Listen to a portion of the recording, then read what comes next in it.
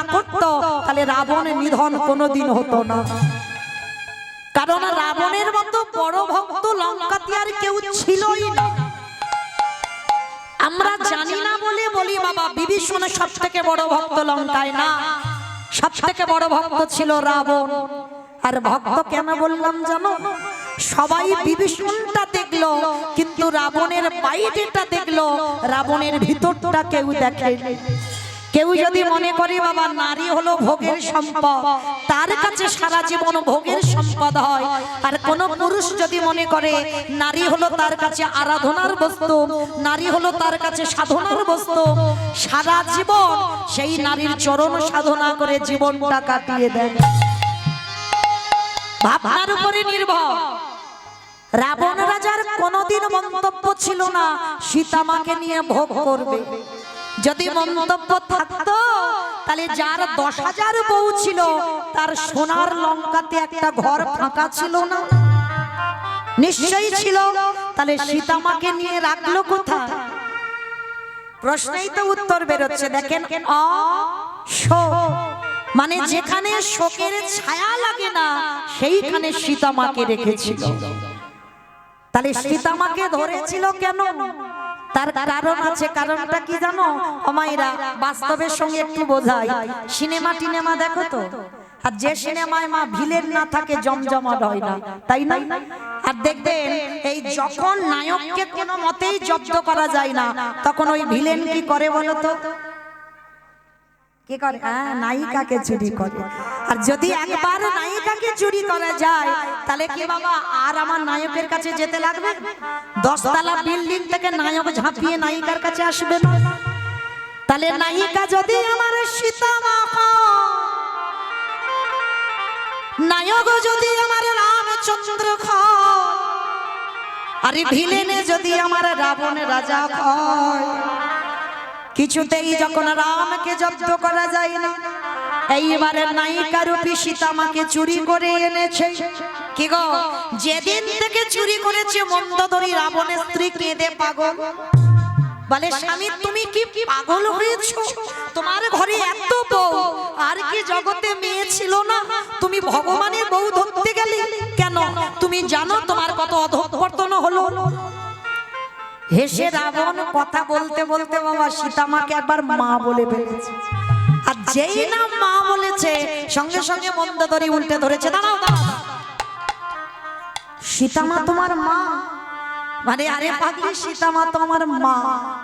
আচ্ছা যাকে মা বলো তাকে চেরির দ্বারা মার খাওয়াচ্ছ কেন? অসভ্যটি। মন্দোদরী, সীতা মা হলো ভব পারাপারের তরণী। তরণী মানে কি গো মা? নৌকা। আচ্ছা ধরুন নদীর ঘাটে একটা নৌকা বাঁধা আছে, আর কোথা থেকে বাবা যে নৌকাটা চালায় হয়তো কোথাও খেতে যায় বা ঘুমাতে যায় বা বিশ্রাম করতে যায়, হঠাৎ যদি বাবা কেউ বড় পাথরের টুকরো নিয়ে বেশ করে নৌকায় মারে, আর যদি একবার মাঝির কানে চলে যায় তার নৌকা থেকে মারছে দেখি, বাবা ছুটে আসবে না মাঝি তার নৌকাটাকে দেখতে? তা মন্দোদরী নারী জাতি তো অত ঘোর প্যাঁচ কিছু বুঝতে পারছে না। স্বামী তুমি একটু খুলে পরিষ্কার করে বলো তো দেখি। হগো মন্দোদরী, সীতা মা যদি আমার নৌকা খায়, আর ওই নৌকাটা চালাই কে বলো? আমার রঘুপতি রামচন্দ্র। আর ওই চেরিগুলো যদি এক একটা পাথর হয়, যত নৌকার গায়ে আঘাত করবে, আর যত নৌকা খারাপ নামে বলে কাঁদেবে, যদি একেবারে মাঝির কানে চলে যায়, মাঝি যদি জানতে পারি আমার নৌকায় কেউ আঘাত করেছে, মন্দোদরী মাঝি কি থাকতে পারবে? ছুটি আসবে তার নৌকার কাছে। শোনো, আর নৌকার কাছে যখন আমার মাঝি রূপী রামচন্দ্র আসবে, তুমি তো বোকা বলে চোখের জলগুলো অপচয় করে দিচ্ছ, কিন্তু আমি কাঁদি না, আমি ধরে রেখেছি জলটা। কেন জানো?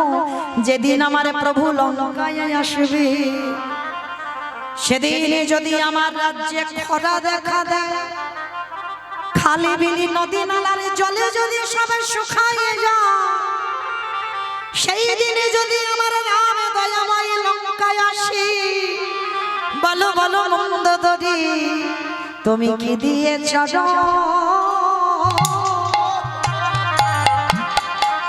চরণ ধোবাইবে? নিতাই গৌর আমার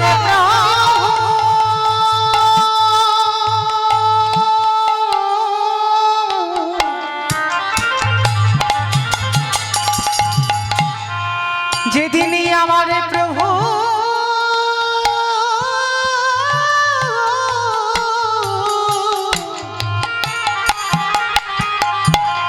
যেদিনই আমার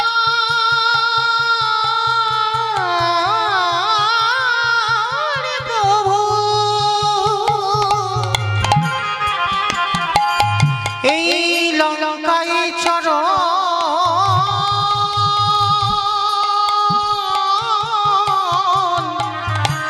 চরণে দে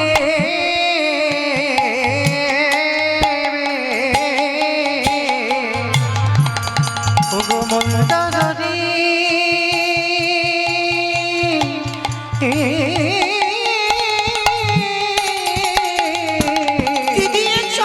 তুমি ভাবে বলো বলো কি দিয়ে চরণ তুমি ধোয়া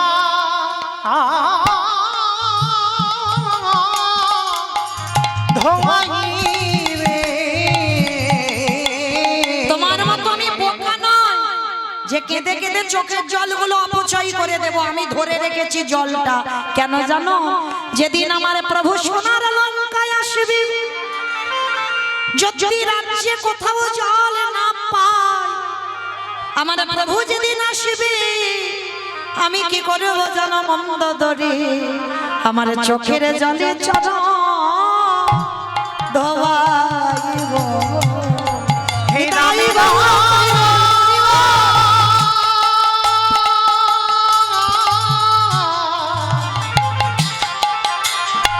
হে রামী দয়া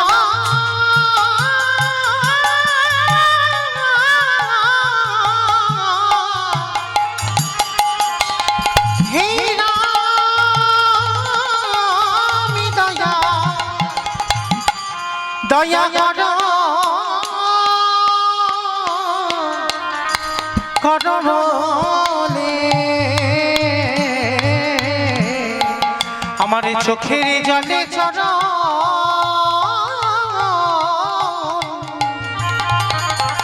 চরণে ধোয়াইব। সবাই বলে রাবণ খারাপ, রাবণের বাইরে দেখলো, রাবণের ভিতরটা দেখলো না। তাই সেই রাবণকে মারল কে? রঘুপতি রামচন্দ্র। আর রাবণকে মেরে আমার রামচন্দ্রের অপরাধ হয়েছিল। আর সেই অপরাধটা খণ্ডন করছে কবি। ত্রেতা যুগে অপরাধ করলো, দ্বাপর যুগে কৃষ্ণ অবতারে যুধিষ্ঠির রাজস্বয় যজ্ঞে ভক্তদের চরণ ধৌত করে, ভক্তদের এঁঠো পরিষ্কার করে, ভক্তদের এঁঠো গায়ে মেখে ভগবান পাপ থেকে মুক্তি পাচ্ছে। তাহলে মায়েরা এইটুকু শ্রবণ করে আপনারা আমরা কি শিখলাম? অজান্তে তো বাবা কেউ অপরাধ করে থাকতে পারি, আর যদি কেউ করে থাকি একজন সাধুগুরু বৈষ্ণব ঘরে এলে চরণ ধোয়াও। তাও যদি না পারো, তারা প্রসাদ পেলে ওই উচ্ছিষ্ট পাতা পরিষ্কার করো। তাও যদি না পারো, ভক্তদের উচ্ছিষ্ট একটু গায়ে মেখে নাও। তবে বাবা সে ভক্তটা যেন শুদ্ধ বৈষ্ণব হয়। আর যদি পেরেছ, তাহলে কোটি কোটি জন্মে লুকানো পাপ তোমার মুক্তি পাবেই পাবে। কৃষ্ণ দয়াময় কি করেছে বাবা? ওই রাজস্বই যজ্ঞের দরজার সামনে দাঁড়িয়েছে। দাঁড়িয়ে বাবা যারা যারা আসছে, অগ্নিদেব, পবনদেব, বরুণদেব, ইন্দ্র, ইন্দ্রাণী, ব্রহ্মা, সাবিত্রী, শিব, দুর্গা সব পরপর লাইনে আছে। একে একে আসে, কৃষ্ণ পা ধোয় আর যজ্ঞের ভিতরে পাঠায়। এমন সময় জগৎজননী মা দুর্গা বাবা ভোলানাথকে ডাকছে, প্রাণনাথ আর দেরি নয়, চলো কৃষ্ণ পা ধোবাবে, পা দুটো ভালো করে ধুইয়ে নি। বাবা ভোলানাথ তো বড় বৈষ্ণব, ত্রিলোকের বড় বৈষ্ণব, তাই হেসে বলছে, পার্বতী তোমার কি মাথার গন্ডগোল? কৃষ্ণ পা ধোবাবি আর আমাদের মতো পাপীদের পা দুটো বাড়িয়ে দেব। শোনো, তোমার যদি এত ধোয়াবার ইচ্ছা হয় তো তুমি লাইনে দাঁড়াও, কিন্তু আমার পা তো আমার কৃষ্ণ ধোয়াতে পারবে না। এই কথা বলে বাবা ভোলানাথ লাইন থেকে বেলাইনে চলে গেছে। আর আড়ালে গিয়ে কৃষ্ণের চোখে ধুলো দেবে বলে বাবা আড়ালে গিয়ে কি করেছে জানো? বেটা আমার একটা কুকুর রূপ ধারণ করে, মানে কৃষ্ণের চোখে ধুলো দেবে। কিন্তু কত বোকা দেখো, বৈষ্ণব হয়েও কত বোকামি করলো। দেবরাজ ইন্দ্র গুরুপত্নী হরণ করেছিল, গৌতম মুনির স্ত্রী অহল্যা সতীত্ব নাশ করলো। আর তার জন্য গৌতম মুনি অভিশাপ দিয়েছিল দেবরাজ ইন্দ্রকে, তোর সর্বাঙ্গে হবে ভোগ চিহ্ন। আর সেটা পরবর্তীতে আশীর্বাদে হলো সহস্র চোখ। মানে ইন্দ্রের শরীরে সহস্র চোখ আছে, কিন্তু তার থেকে তো আমার ওই যে বাঁকা করে বাঁকা হাতে কালো শশী, ওর তো চোখ আরো বেশি। চারদিকে ঘুরে ঘুরে বেড়াচ্ছে বাবা, কে কীর্তন শুনছে, কে শুনছে না, কে গল্প করছে, কে বসে বসে। আমি দেখতে পাচ্ছি না, কিন্তু ওই ছেলেটার চোখে ফাঁকি দেবে কি করে? খাতা কলমে হিসেব হয়ে যাবে কে কেঁদেছে, কে হেসেছে, আর কে ঘুমিয়েছে। সময় মতো ঘরে পৌঁছে দেবে। এইবার ভগবান কি করেছে, মনে মনে ভাবছে, দেখেছো ভোলানাথের ভাবটা, আমার চোখে ধুলো দেবে বলে ও বেটা ওদিকে গিয়ে কুকুর হয়েছে। কারণ ভোলানাথ তো ভেবে চিন্তে কুকুর হয়েছে। কেন? কুকুর হলো প্রভু চরণের দাস। জগতে যত পশু পাখি আছে কুকুরের মতো প্রভু ভক্ত আর কেউ হবে না। যার জন্য আজকের কুকুর হয়েছে। আর মনে মনে চিন্তা করছে, কৃষ্ণ যখন একটু অন্যমনস্ক হবে, কৃষ্ণের চোখে ধুলো দিয়ে আমি যজ্ঞে ঢুকে যাব। এইবার ভগবান ইচ্ছা করে অন্যমনস্ক হয়েছে। মানে ভগবান তো সব দেখতে পাচ্ছে চারদিকে, তিনি অন্তর্যামী। এই যে আমরা অনেকে না ভগবানের কাছে আঁচল পেতে মানত করি, ঠাকুর যেন ছেলের রেজাল্টটা ভালো হয়, বলতে লাগে না। বলবো কেন? ভগবান কি জানে না ভক্তের মনের ভিতরে কি চলছে? আবার বড়াই করে বলতে হবে ছেলে যদি পাশ করে 5 কিলো বাতাসার হরিলুট দেব, এইটা বলতে লাগে না। যারা বোঝে না তারা ওই কথাগুলো গিয়ে বলে। ভগবান বলে তোদেরকে বলতে লাগবে না, কারণ আমি হচ্ছে অন্তর্যামী। ভগবান আগে অন্তরের কথাটা বোঝে, বাইরের কথা নয়, মনের ভিতরে কি চলছে আগে বোঝে। তো আজকে কি করেছে ভগবান, হেড হয়ে পা ধোয়াচ্ছে। আর ওদিকে বাবা ভোলানাথ 1 পা 2 পা করে আসছে। আর এসে দেখছে বাবা কৃষ্ণ যেই না মাথা নিচু করেছে, পায়ের মাঝখানটা ফাঁকা মতো দেখেছে। আর বাবা ভোলানাথ কুকুর হয়ে ওই সবে পায়ের ফাঁক দিয়ে মাথাটাকে, আর যেই না দেওয়া কৃষ্ণ আমার হাঁটুটা নিয়ে কুকুরের কানের কাছে চেপে। এইবার দেখ কেমন লাগে। এইবার যত কুকুরের কানে চেপে ধরে, কুকুর কি করবে? কেউ কেউ করবে না, বারবার বলছে কৃষ্ণ ছেড়ে দে, কৃষ্ণ ছেড়ে দে, কৃষ্ণ ছেড়ে। বলে ছাড়বো বলে ধরি না। হে বৈষ্ণব পাবি গোসা, ও হে বৈষ্ণব গোসা,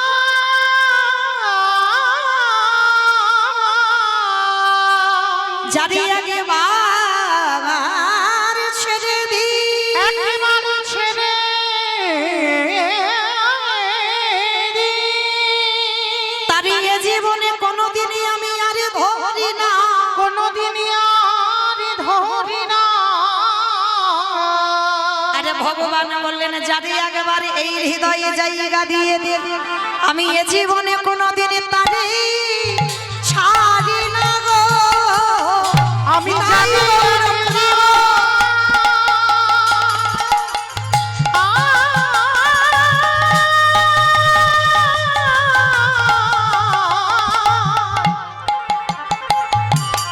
আমি জানি একবার এই হৃদয়ে বসায়ে নিব, আমি তারে কোনদিন ছাড়ি না। আস্তে এইবার ভগবান তো ওই মাথাটা পায়ের ভিতরে ঢুকে গেছে বাবা ভোলানাথের। এইবার চেপে ধরে আছে, কিছুতে আর ছাড়ছে না। বারবার ভোলানাথ তো আর নিজ রূপে ফিরতে পারছে না বাবা, একটা প্রেস্টিজের ব্যাপার, মানে একটা সম্মানের ব্যাপার। আর নিজে শিব হতে পারছে না। বারবার বলছে কৃষ্ণ আমি অন্যায় করেছি, কৃষ্ণ আমি ভুল করেছি, তুই পারিস যদি আমায় ক্ষমা করে দিস রে। চুপ, ক্ষমা করব বলে আমি এখানে দাঁড়াইনি। ত্রেতা যুগ থেকে আমি পাপী হয়ে আছি, তোমার পা ধোয়াবো বলে তো যজ্ঞে এই কাজটা নেওয়া। কারণ তোমার মতো বৈষ্ণবের যদি পা না ধোয়াই আমার ভগবান নামে কলঙ্ক হয়ে যাবে। ওই জন্য এই দায়িত্বটা নিয়েছি। দাঁড়াও, এইবার কুকুর শুধু ছটফট করছে। ভগবান বলে এর পায়ের ব্যবস্থা করতে হবে। মোটা দড়ি নিয়ে কুকুরটাকে বেশ করে আষ্টে পিষ্টে বেঁধেছে। সবাই দেখছে ভগবান একটা কুকুরকে নিয়ে মেতেছে বাবা, কিন্তু কে কুকুর এইটা কেউ বুঝতে পারছে না। এদিকে ভক্ত ভগবানের কথাবার্তা হয়েই যাচ্ছে। এইবার যখন কুকুরের পেটে দড়ি বেঁধেছে, কুকুরের পা ছটফট করছে, ভগবান বলে এবার পায়ের ব্যবস্থা করতে হবে। চারটে পা এক জায়গায় দড়ি দিয়ে বেঁধে দিয়েছে কুকুরের। আর কুকুরের যদি পা বেঁধে দেওয়া যায়, কুকুর আর কিছু করতে পারবে? শুধু নয়না জলে কাঁদে আরে বলে কৃষ্ণ কারে, ওরে কৃষ্ণ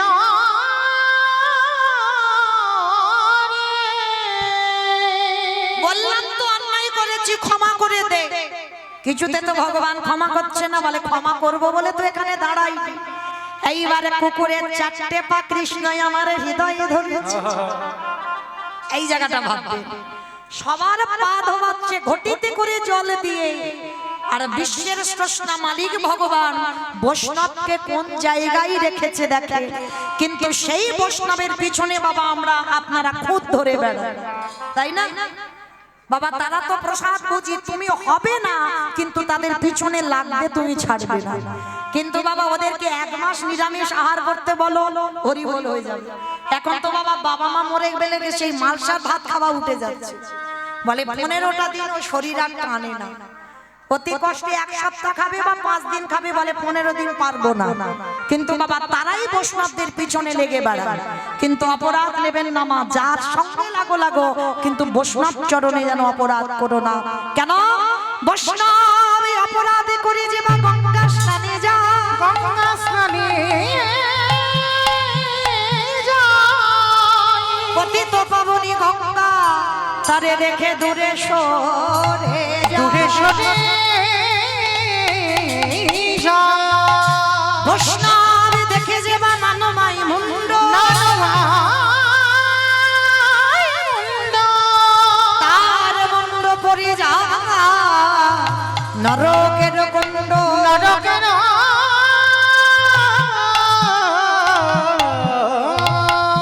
বৈষ্ণব দাঁড়েতে যদি হয় ক্ষুদ্র অপরাধ, ক্ষুদ্র অপরাধ মহা মহা ভজনেতে পড়ে যায় বা পড়ে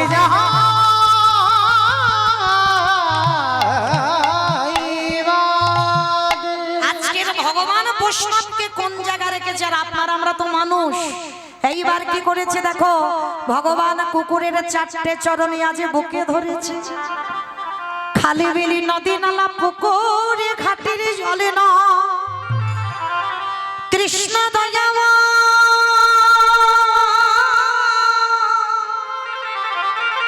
ওই পুকুরের 4টে চরণে বুকে ধরে। তাহলে খালি বিলি নদী নালার জল নয়, তাহলে কোন জল? কৃষ্ণই আমার চোখের জলে চরণ ধোয়াইছে। হে বৈষ্ণব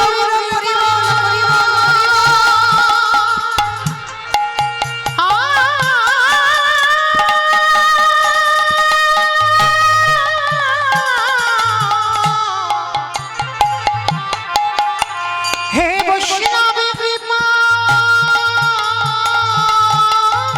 করো বলে আজ চোখে জলে চরণে ধোয়াইছে।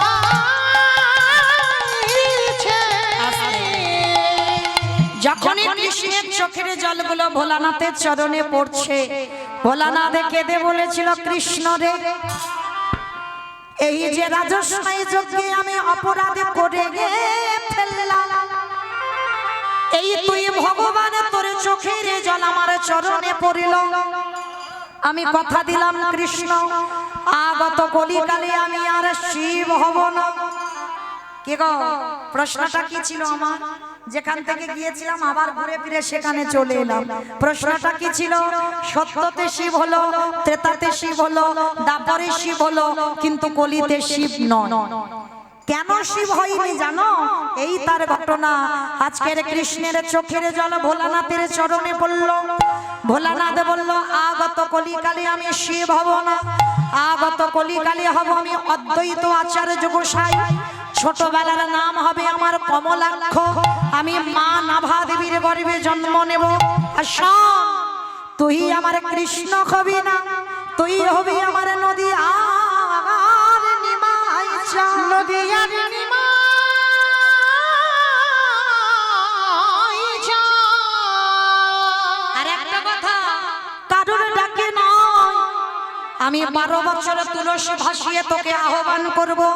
তুই ব্রজ থেকে আজ ধরাই নামবি এই নদিয়ায়। আর শোন, যেদিন আমি শান্তিপুর থেকে নদিয়ায় তোর সঙ্গে দেখা করতে যাব, তোরা আর আমার মুখোমুখি দর্শন হবে। আজ রাজস্বয় যজ্ঞে যেমন তোর চোখের জল কুকুরের পায়ে পড়ল, এই কুকুরি যেদিন অদ্বৈত হবে, তুই কৃষ্ণ যেদিন গৌর হবি, তুই আর আমি যখন এক জায়গায় দাঁড়াবো, তোর ঋণ আমি সেই দিন শোধ করব।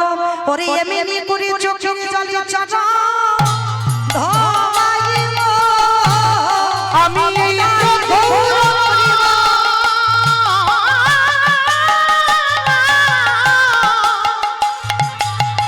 আমি এই প্রতিজ্ঞা করে গেলাম, চোখের জলে চরণ ধোয়াইব।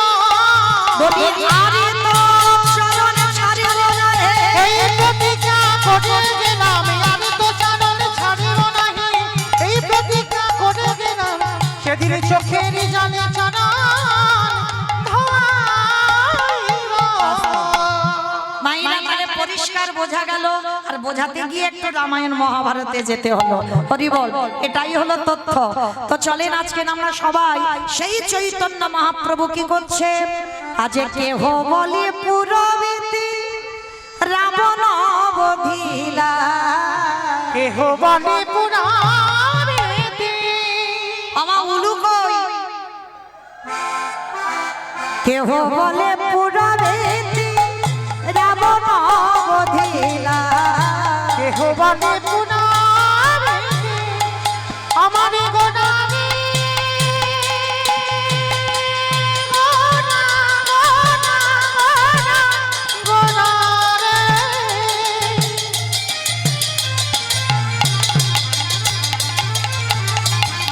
নিতাই গৌর প্রেমানন্দে হরি বল। আমার গোনা গোনারে।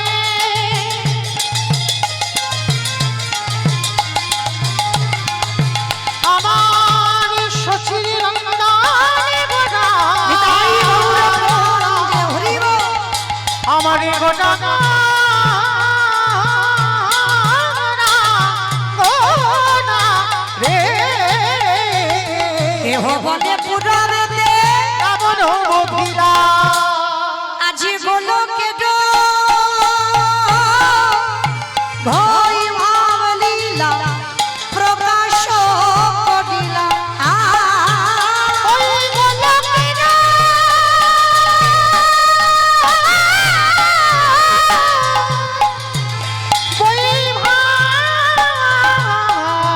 বৈভাবিলীলা প্রকাশ করিলা। শ্রীরাধার ভাবে এবে গোড়ায় অবধানা, শ্রীরাধারি ভাবে এবে গোটা জগতার। শ্রীরাধারি ভাবে এবে গোটা জগতার। হরে কৃষ্ণ নামে বহু করিলা প্রচার। ওই হরে কৃষ্ণ নাম গগুরে করিলা প্রচার। হরে কৃষ্ণ নাম গগুরে করিলা প্রচার। হরে হরে কৃষ্ণ নাম গগুরে করিলা প্রচার। এইবারে লীলা প্রকাশ হলো, এইবার লীলা প্রকাশ হলো। এইবারে লীলা প্রকাশ হলো, এইবার লীলা প্রকাশ হলো। গোলকের বৈভবে লীলা প্রকাশ করিলা। আজ গোলকের বৈভাবী লীলা প্রকাশ করিলা। বাসুদেব ঘোষ কহে করি জোড়হা কোটি জোড়হা আজ যে গো সেই কৃষ্ণ সেই তো জগন্নাথ সেই তো জগন্নাথ আজ বাসুদেব সে কহে এইবারে লীলা প্রকাশ হলো বাসুদেব ঘোষে কহে এইবারে লীলা প্রকাশ হলো বাসুদেব ঘোষে কহে এইবার লীলা প্রকাশ হলো তাই গৌর প্রেমানন্দে হরি বল, হরি বল, এইবার হরি লীলা বল। প্রকাশ হলো রে আজ বাসুদেব ঘোষে কহে যদি তাই চলুন এবার আমরা সবাই চলে যাব মধুমাসে ধাম বৃন্দাবন ধাম ততক্ষণ যখন নবদ্বীপে ছিলাম মায়েরা সবাই মিলে একবার বলেন তো দেখি গৌর সুন্দরী কি ধ্বনিটা হলো কি এটাও জয় আমি বললাম ধ্বনিটা হলো কি এটা নাকি জয় এটা জয় নয় একটু প্রেম সে দাও এত জোরে ধ্বনি দেবে কত দূর শোনা যাবে পৈলান শোনা যাবে আর এপারে নেপালগঞ্জ শোনা যাবে পৈলান যাবে যাবে মানে বিশ্বাস আছে যাবে শুধু পৈলান নয় নেপালগঞ্জ নয়